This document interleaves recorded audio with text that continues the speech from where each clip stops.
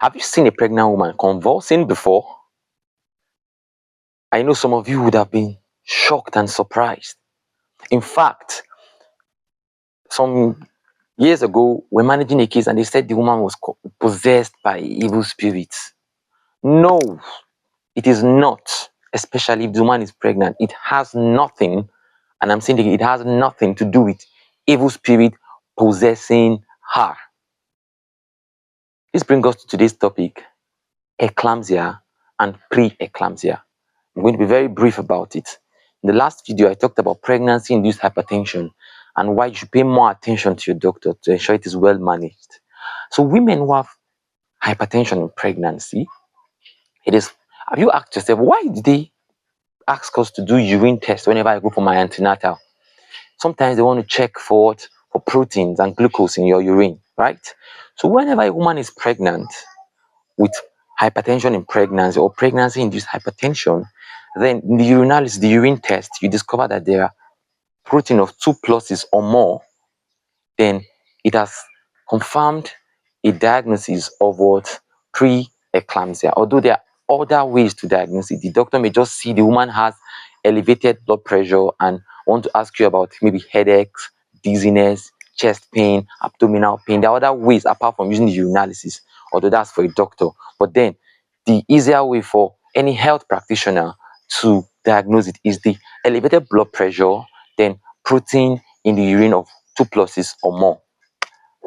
That is pre-eclampsia. Remember, I use the word pre.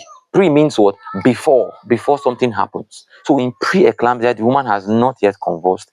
If it is well managed, if the woman pays close attention to her doctor and to the advices and to the medications and to everything. In fact, if you are asked to be admitted, don't start arguing, I didn't plan to stay, and all those things. I've seen a lot of women argue, doctor, I'm feeling okay, I didn't plan to stay. And they think, no, you're trying to just keep them in the hospital. No, sometimes if the doctor says, we need to admit you and do something about this preeclampsia, don't argue, please. Just ensure, because at that stage, you're in a pre-eclampsia. Once the woman has convulsed, it has become what? Eclampsia. And the management for her pregnancy, in fact, is a turning point. Some may never recover from that. The adverse effect, the long-term effect, and a lot of things. So we do not want any woman to have eclampsia. That is why when it is at the level of pre-eclampsia, the doctor is trying to do a lot of things to avoid, to stop it from becoming eclampsia.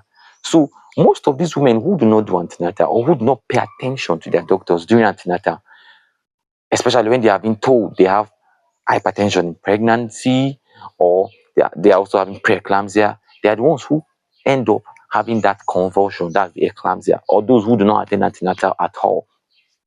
Especially, that's why it is commoner in some rural areas or some remote areas where women do not access complete antenatal care. It does not have anything to do with evil spirits. It does not have anything. I'm saying it again. It's just because the preeclampsia was not well taken care of, or was not diagnosed, or was not noted, or was not noticed. So please, when a woman is having hypertension in pregnancy with protein in the urine and you're asked to maybe stay for proper management, or the doctor is trying to put close or trying to see how they quickly deliver the baby, please comply so that you don't have eclampsia. And it could be bad for not just the woman, even the baby herself. So I'll give you more information on eclampsia, but tell me in the comment section, you can type if you have ever seen or heard or experienced a woman that is convulsing. What was the society saying about it? Did they call it Obanji? Did they call it evil spirit? Or what did they call it? You can type your comment, the comment on the comment section. See you next time. I'm Dr. Chooks. Bye.